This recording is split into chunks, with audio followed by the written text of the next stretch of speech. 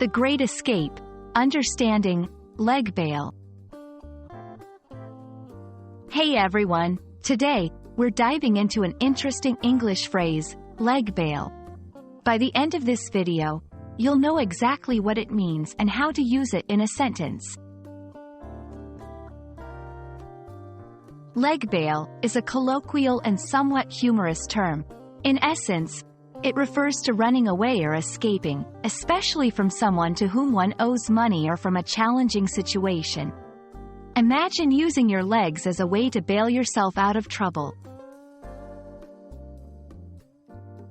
To truly understand leg bail, let's break it down. Leg. This refers to our legs, the part of our body that we use to walk or run.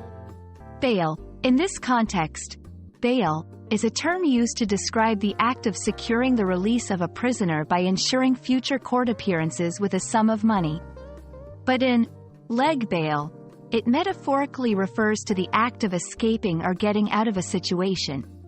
So, when combined, leg bail humorously paints a picture of someone using their legs to escape a situation, as if they're bailing themselves out of trouble by running away.